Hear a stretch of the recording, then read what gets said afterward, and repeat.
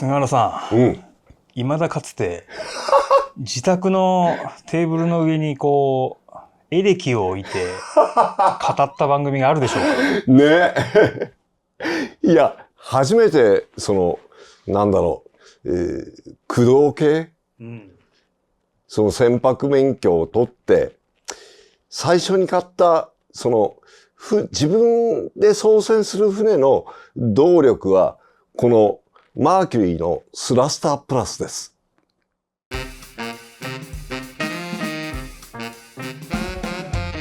バス釣りそのものを深くしてくれたのはどうかしてたよ本当にあの頃は。この番組はご覧の仲間の提供でお送りします。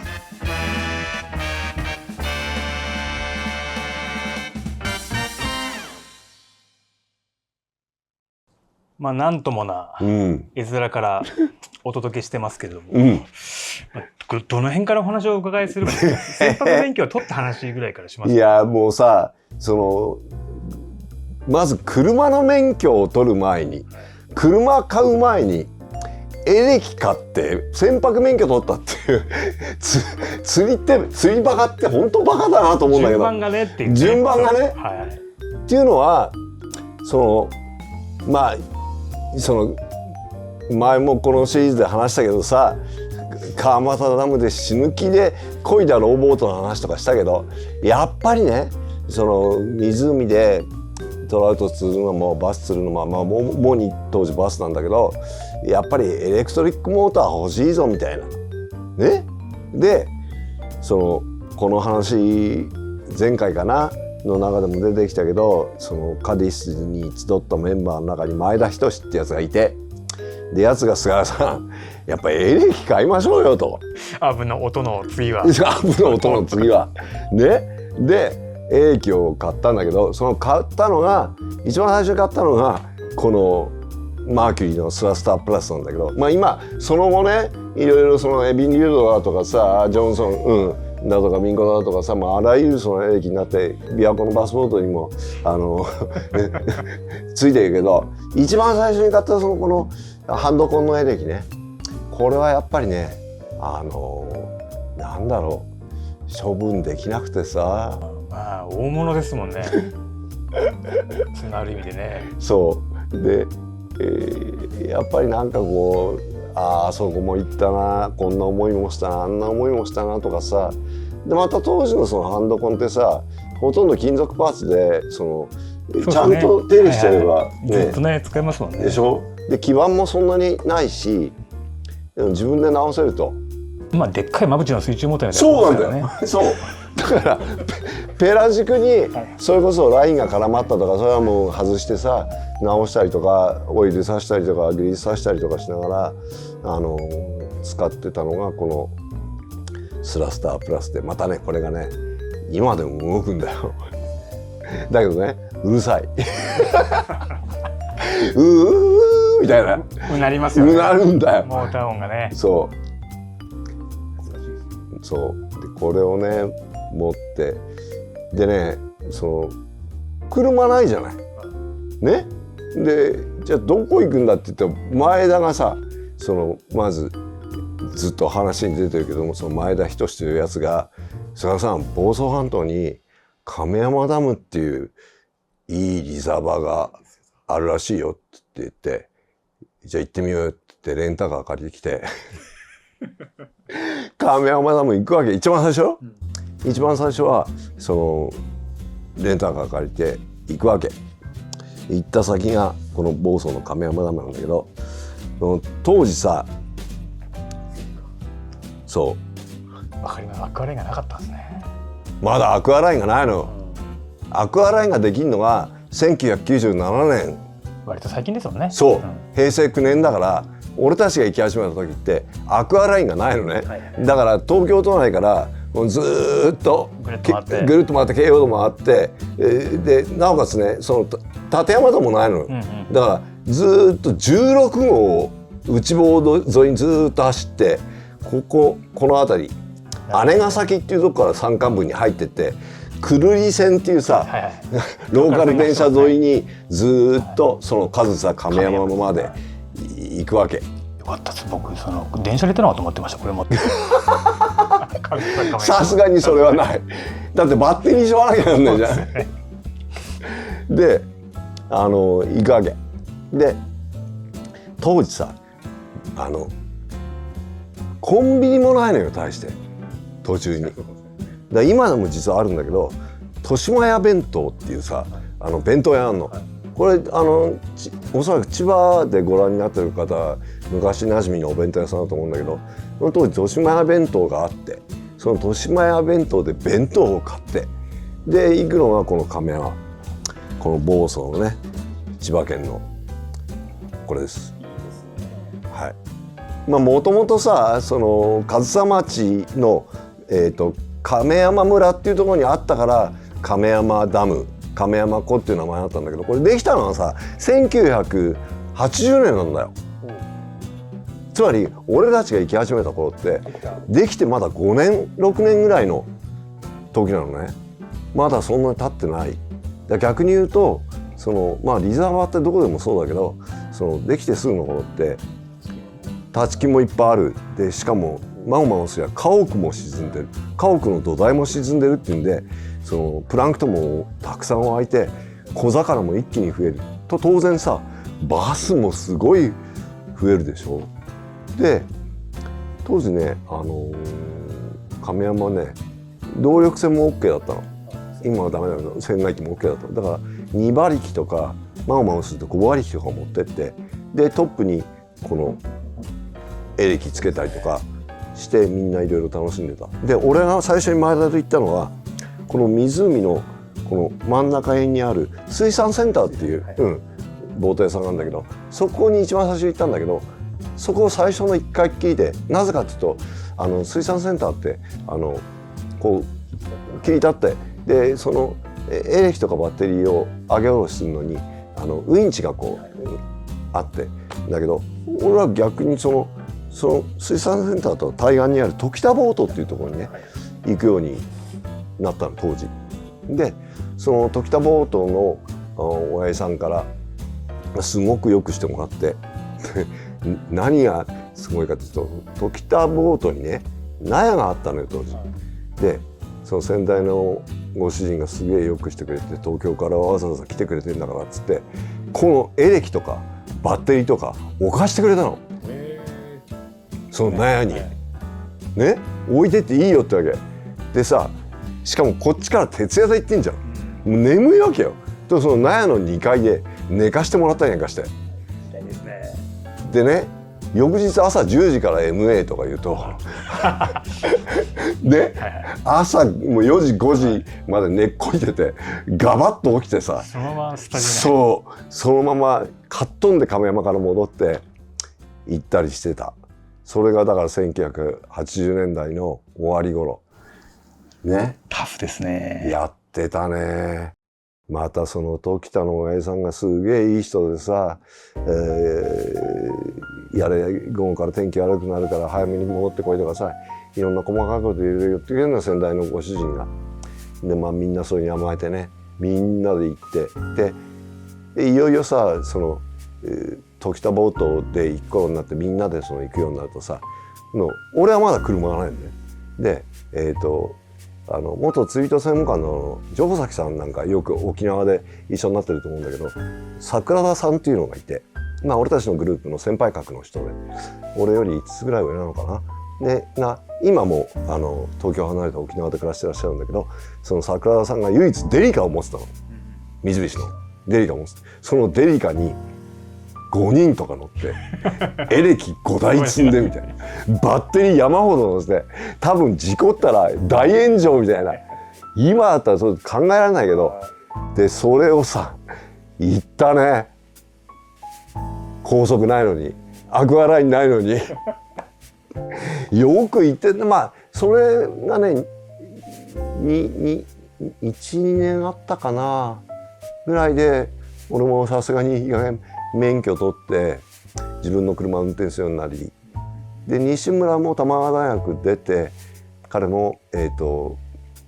彼はね西村義孝君はね家のクラウンででジョンソンのエレキ白いエレキをね乗せてよく来てたな。懐かしい。そういいね、なんかその目に浮かびます。その皆さんの風景が。だからねその当時西村君なんかはさ後々その釣りビジョンでさ五畳半の狼の前身である週末爆鳥計画釣りの素っていう番組を西村君と一緒にやるようになるんだけど、そんなこと当時は思ってもみないじゃん。自分がゆくゆく釣り番組の MC をやるとか、西村君自身もそのプロになって、WBS に出てさ華々しい成績を収めるようになるなんて当時は思ってもいないから、ただ釣り馬のそれこそなんだろう多摩川で薬師丸ひろ子さんとかが多摩川県に通うところよ。で西村君がその多摩川出てフロリダのジャクソンビルっていうところに、留学するんだけど、ジャクソンビルって年金学者の南方熊楠がいたところに彼は行って、フロリダのそのいろんな向こうのそのバス釣り話とかさ帰国しちゃいろいろ教えてくれる。でその一方でこの番組の協賛にもなってるてる君、彼は東京海洋大学当時は東京水産大学だけどを出て漁水っていうその、商事会社に就職して、で彼はアラスカとかチリとかに、鮭の買い付けの仕事でそれを向こうで船団を組ませて日本に送るっていう仕事をしてたので、やっぱり彼も帰国すると一緒にその亀山ダムにバス釣りに行ったりなんかしてて、だからそういう20代30代の頭ぐらいに毎週のようにで最終的にはもうその時田ボートにこのエレキ置きっぱにでもねほんとその亀山にはいろんな思い出があるね。そういうのない？例えば岡野もさ自分の鮎釣りをうまくしてくれたのはこの川だとかさ、自分のフライフィッシングをうまくしてくれたのはこの川だとかさ、場所との思い出もあるでしょ。ありますね。でしょ。そういうなんか場所、俺の場合はほら魚釣りを覚えた、あるいはルアーフィッシングを覚えたのが相模川だったけど、バス釣りそのものを豊かにしてくれたっていうのもどうかなと思うんだけど、深くしてくれたのは亀山ダムと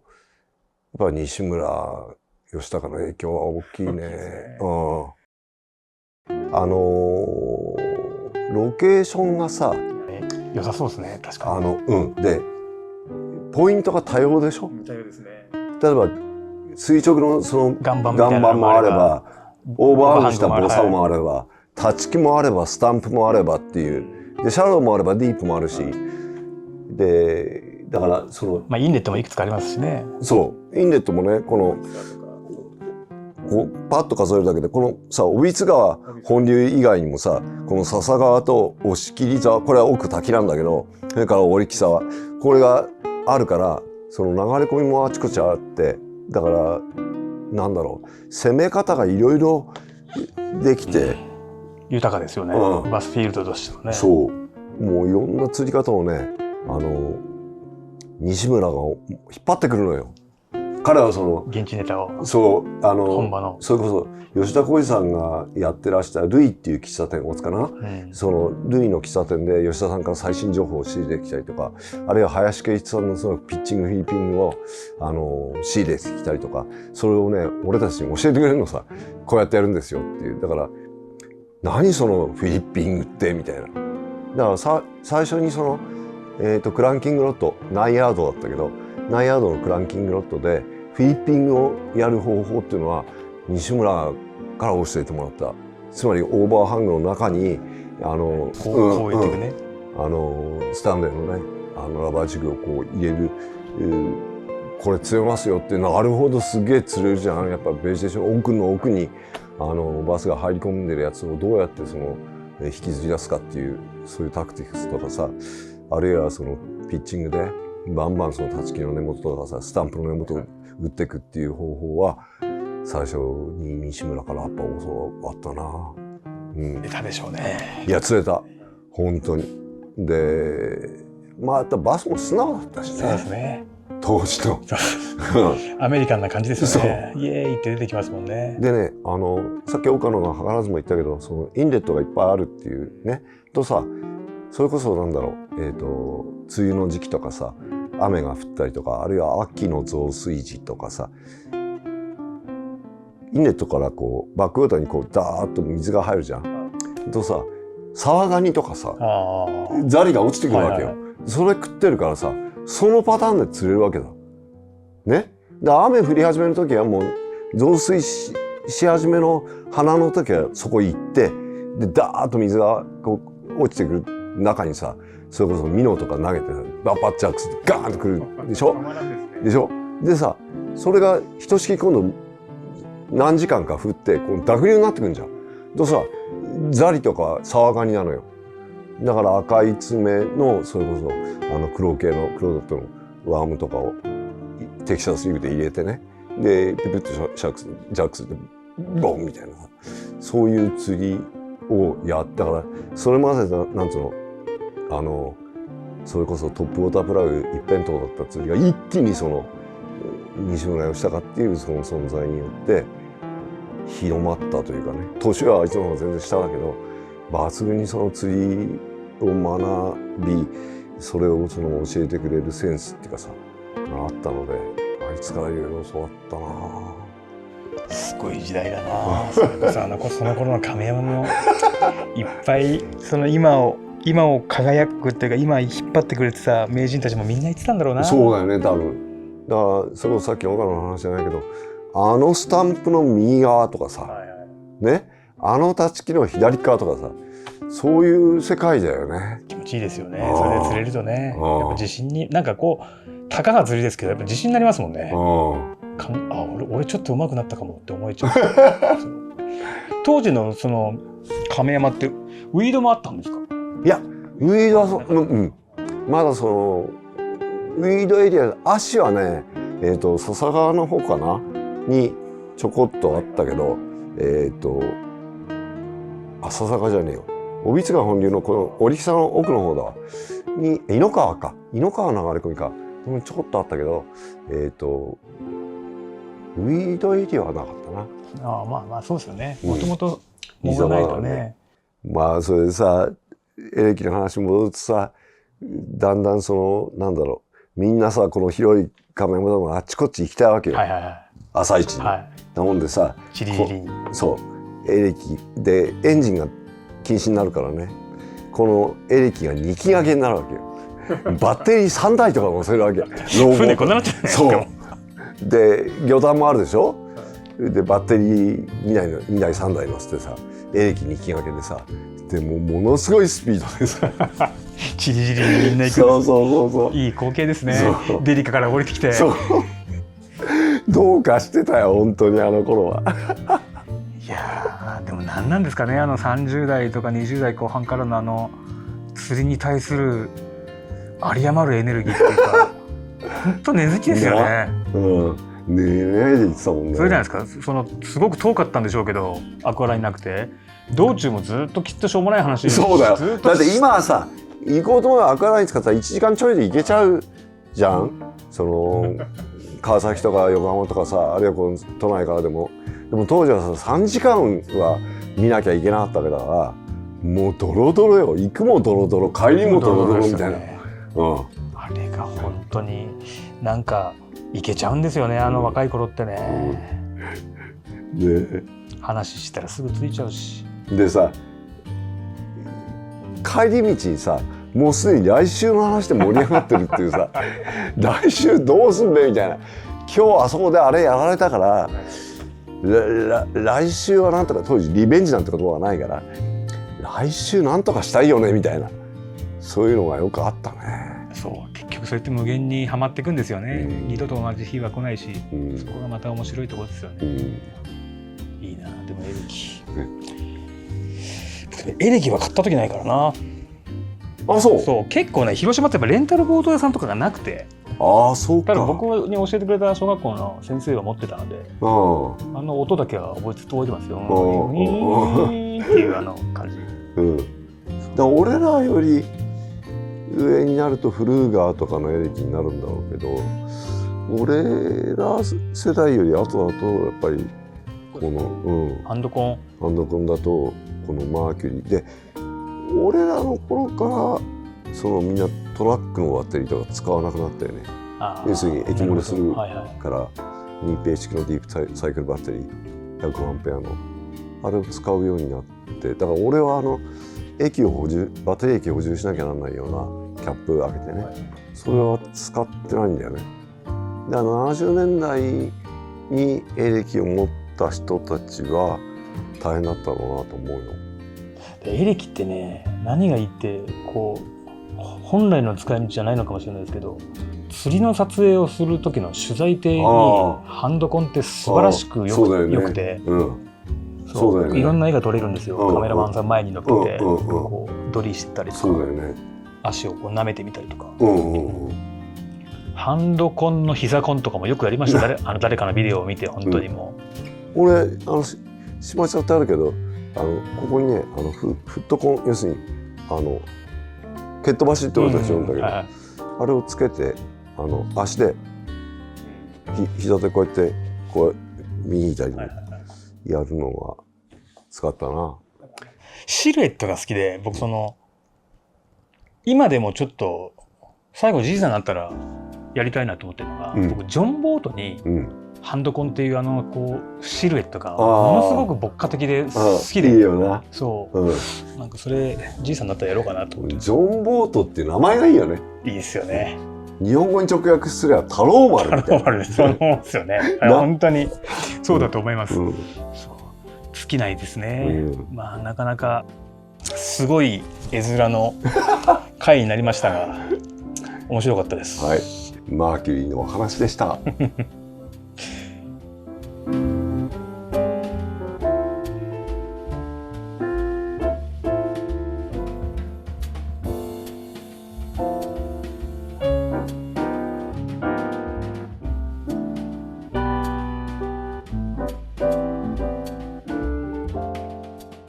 菅原正史の物語は、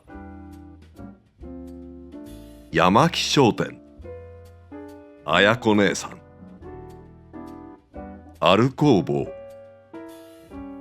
ATFC、大井邦彦様、小野正史様、金井タイル、カムパネラ、北丸、サザンブルー、シークロ、タコ足、調布の屋敷、司総研、テル、トド様、羽生拓也様、レストラン&バーバモノス、ミニラ様、ラグーン。以上の仲間の提供でお送りしました。